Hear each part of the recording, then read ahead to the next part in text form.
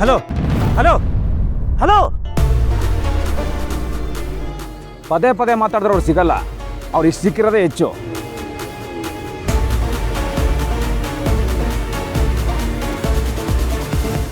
ಏನಾಯ್ತು ಕರ್ಣ? ಆ ಭುವನೇಶ್ವರಿ ಎಲ್ಲಿದ್ದಾರೆ ಅಂತ ತಿಳ್ಕೊಳ್ಳೋಣ ಅಂದರೆ ಆಗ್ತಾನೆ ಇಲ್ಲ.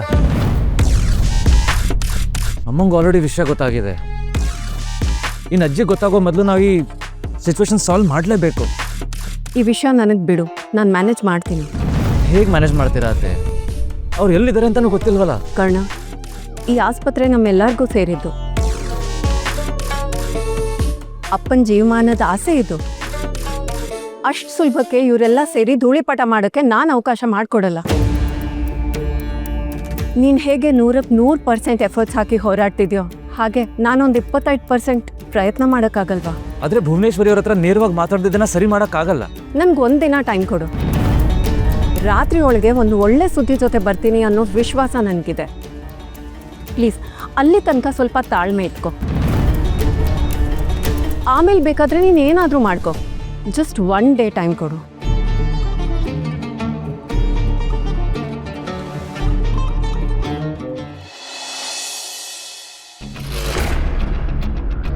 ಮೇಡಮ್, ಯಾರೋ ನಿಮ್ಮನ್ನ ಕೇಳ್ಕೊಂಡು ಬಂದಿದ್ದಾರೆ. ಯಾರು? ಗೊತ್ತಿಲ್ಲ, ನಿಮ್ಮ ಹತ್ರ ಏನೋ ಮಾತಾಡ್ಬೇಕಂತೆ ಅವರು. ಇಷ್ಟೊತ್ತಲ್ಲ, ಕಳಿಸು.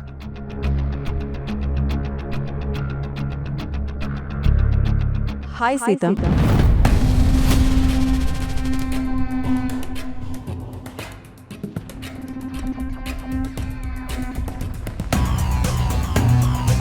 ಸೀತಾ ಅಲ್ಲ, ಭುವನೇಶ್ವರಿ. ನಾನೀಗ ಭುವನೇಶ್ವರಿ.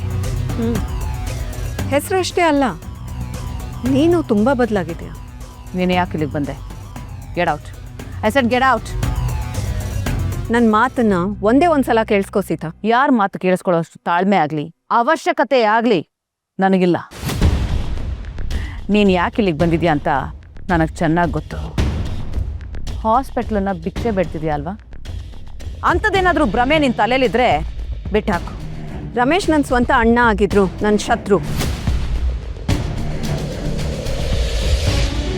ನಿನ್ನ ಜಾಗದಲ್ಲಿ ನಾನಿದ್ದಿದ್ರೆ ಇದಕ್ಕಿಂತ ಡಬಲ್ ರಿವೆಂಜ್ ತಗೋತಿದ್ದೆ. ವಶಿಷ್ಠ ಹಾಸ್ಪಿಟಲ್ ನಿನ್ನ ಕಂಟ್ರೋಲಿಗೆ ತಗೊಂಡಿದ್ದ ತಕ್ಷಣ ಅಣ್ಣ ಆಗಲಿ ಅವ್ರ ಫ್ಯಾಮ್ಲಿ ಆಗಲಿ ಕಷ್ಟ ಅನುಭವಿಸುತ್ತೆ ಅಂತ ನೀನು ಅಂದ್ಕೊಂಡಿದ್ರೆ ಸಾರಿ ಟು ಸೇ, ಅದಕ್ಕಿಂತ ದೊಡ್ಡ ತಪ್ಪಿನ್ಯಾವುದೂ ಇಲ್ಲ.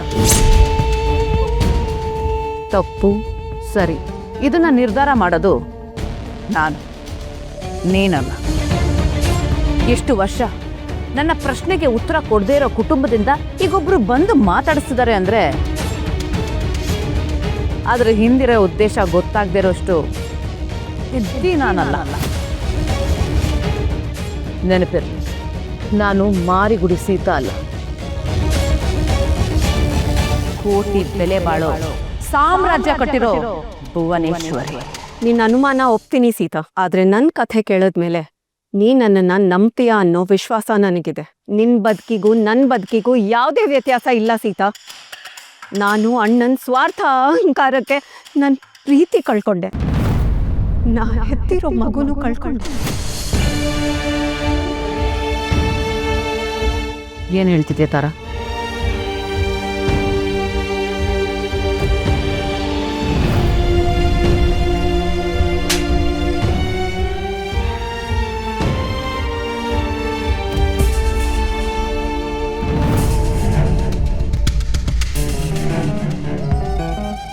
ಸಾರಿ ಮೇಡಮ್, ನಿಮ್ಮ ಮಗು ಉಳಿಸ್ಕೊಳಕ್ಕಾಗಲಿಲ್ಲ. ನನ್ನ ಮಗು ನನಗೆ ಬೇಕು.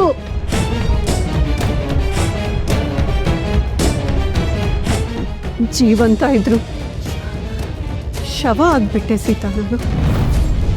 ಅದಕ್ಕೆ ಅಣ್ಣನ ಜೀವನನ ಸರ್ವನಾಶ ಮಾಡೋ ನಿರ್ಧಾರಕ್ಕೆ ಬಂದೆ. ಅವನ ವಿರುದ್ಧ ಸೇಡ್ ತೀರ್ಸ್ಕೋಬೇಕು ಅಂತಾನೆ ಇನ್ನೂ ಆ ನರ್ಕದಲ್ಲಿದ್ದೀನಿ.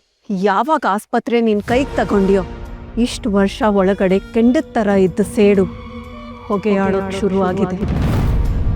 ಬೆಂಕಿ ಏಳೋದಷ್ಟೇ ಬಾಕಿ. ಸರಿಯಾದ ಸಮಯ ಅನ್ನೋದು ನಿನ್ನ ರೂಪದಲ್ಲಿ ಬರುತ್ತೆ ಅಂತ ಅಂದ್ಕೊಂಡಿರಲಿಲ್ಲ. ಎಷ್ಟು ವರ್ಷ ನೀವಿಬ್ರು ಒಂದೇ ಮನೇಲಿದ್ರು ಅವನಿಗೇನು ಮಾಡಿಲ್ವಾ? ಆ ಮನೆ ಅಡಿಪಾಯ ಕೊರಿಯೋ ಕೆಲಸ ಈಗಾಗಲೇ ಮಾಡಿದ್ದೀನಿ. ಹೊರಗಿಂದ ಗಟ್ಟಿಯಾಗಿರೋ ಏಟ್ ಬೀಳ್ಬೇಕು, ಆಗ ಮನೆ ಉದುರು ಬೀಳುತ್ತೆ. ಅಂಥ ಸಪೋರ್ಟ್ ನಿನ್ನಿಂದ ಸಿಗ್ತಿದೆ. ಈಗ ನಮ್ಮಿಬ್ಬರ ಒಳಗಿರೋ ಬೆಂಕಿ ಸೇರಿ ಜ್ವಾಲಾಮುಖಿ ಆಗಬೇಕು. ಅದ್ರಲ್ಲಿ ಅಣ್ಣ ಬಿದ್ದು ವಿಲವಿಲ ಅಂತ ಒದ್ದಾಡೋದನ್ನ ನನ್ನ ಕಣ್ತುಂಬ ನೋಡಬೇಕು. ನಿನಗೆ ಸೇಡ್ ತೀರ್ಸ್ಕೊಳ್ಳೋದಾದ್ರೆ ಮನೇಲಿರೋ ಅಣ್ಣನ ಮೇಲೆ ತೀರ್ಸ್ಕೊ, ಆಸ್ಪತ್ರೆಯಲ್ಲಿರೋ ಕರ್ಣನ ಮೇಲಲ್ಲ. ಅಂದ್ರೆ ರಮೇಶ್ ಮತ್ತೆ ಅವನ ಹೆಂಡತಿ ಮಾಲ್ತಿ ಮಧ್ಯೆ ಬಿರುಕು ಹುಟ್ಟಬೇಕು. ಅದ್ರ ಮೊದಲನೇ ಹಂತ ಅಣ್ಣನಿಗೂ ಮಾಲ್ತಿಗೂ ಡಿವೋರ್ಸ್ ಮಾಡಿಸೋದು. ಅದರಿಂದ ಏನಾಗುತ್ತೆ? ಅವನು ಕಂಪ್ಲೀಟ್ ಆಗಿ ಅವನ ಹೆಂಡತಿ ಮೇಲೆ ಡಿಪೆಂಡ್ ಆಗಿದ್ದಾನೆ. ಅವರಿಬ್ಬರು ಬಾಂಡಿಂಗ್ ಹಾಳಾದ್ರೆ ಅವನ ಅರ್ಧ ಒಳಗಡೆಯಿಂದ ಕುಸಿದು ಹೋಗ್ತಾನೆ. ಅವರಿಬ್ಬರ ಮಗ ಸಂಜಯ್ ಆಲ್ರೆಡಿ ಸ್ಪಾಯ್ಲ್ಡ್ ಬ್ರಾಟ್. ಇಲ್ಲಿ ತನಕ ಅವನ ಲೈಫ್ನ ನಾನು ಎಷ್ಟು ಬೇಕೋ ಅಷ್ಟು ಹಾಳು ಮಾಡಿಟ್ಟಿದ್ದೀನಿ.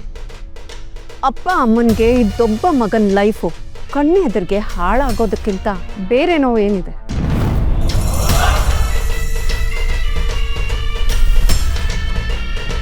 ಒಬ್ಬ ಮಗ ಅಂದ್ರೆ ಕರ್ಣ ರಮೇಶನ್ ಮಗ ಅಲ್ವಾ? ಸಾರಿ, ಕರ್ಣನೂ ಮಗನೇ. ಅದೇನು ಹೇಳಕ್ಕೆ ಹೋದೆ ಅಂದರೆ, ಅವನ್ನ ಸಂಜು ಥರ ಬಗ್ಸೋದು ತುಂಬ ಕಷ್ಟ. ದುಡ್ಡು ಆಸ್ತಿ ಇವೆಲ್ಲ ಅವ್ನಿಗೆ ಮ್ಯಾಟ್ರೇ ಆಗೋದಿಲ್ಲ. ಅದೇ ಮಾಲ್ತಿನ ಮನೆಯಿಂದ ಆಚೆ ಹಾಕಿದ್ರೆ ಕರ್ಣ ಪೂರ್ತಿ ಕುಸಿದು ಹೋಗ್ತಾನೆ. ಅವನು ಅವ್ರ ಅಮ್ಮನ ಮೇಲೆ ಪ್ರಾಣನೇ ಇಟ್ಕೊಂಡಿದ್ದಾನೆ. ಹೀಗೆ ಅವರೆಲ್ಲರ ಮನೋಬಲ ನುಚ್ಚು ನೂರು ಮಾಡಬೇಕು. ನಮ್ಮ ಬದುಕನ್ನು ಹೊಸ್ಕು ಹಾಕೋವಾಗ ಆಗಿತ್ತಲ್ಲ ಯಾತನೆ, ಅದು ಅವನಿಗೂ ಆಗಬೇಕು. ನಿನ್ನನ್ನು ಹೇಗೆ ನಂಬಲಿ? ಇದನ್ನೆಲ್ಲ ನಿನ್ನ ಕೈಲಿ ಮಾಡೋಕ್ಕಾಗತ್ತಾ? ನನ್ನ ನಂಬೇಡ, ಆದರೆ ನನ್ನ ಕೆಲಸ ನಂಬು. ಆದಷ್ಟು ಬೇಗ ರಮೇಶ್ ಮತ್ತೆ ಮಾಲ್ತಿ ಡಿವೋರ್ಸ್ ಮಾಡೇ ಮಾಡಿಸ್ತೀನಿ. ಓಕೆ, ನಾನು ಆಸ್ಪತ್ರೆನ ವಾಪಸ್ ಕೊಡ್ತೀನಿ. ಆದರೆ ಮುಂದಿನ ರಿಸಲ್ಟ್ ನನಗೆ ಬೇಗ ಬರಬೇಕು. ನಾ ಅಷ್ಟು ಸುಲಭವಾಗಿ ಯಾರನ್ನೂ ನಂಬಲ್ಲ. ನಮ್ಮಿಬ್ಬರ ಉದ್ದೇಶ ಜೀವ ಇಟ್ಕೊಂಡು ಬದುಕಿರೋ ಗುರಿ ಒಂದೇ. ಇಬ್ಬರೂ ಸೇರಿ ವಶಿಷ್ಠ ಕುಟುಂಬದ ಸರ್ವನಾಶಕ್ಕೆ ಮುನ್ನುಡಿ ಬರೆಯೋಣ.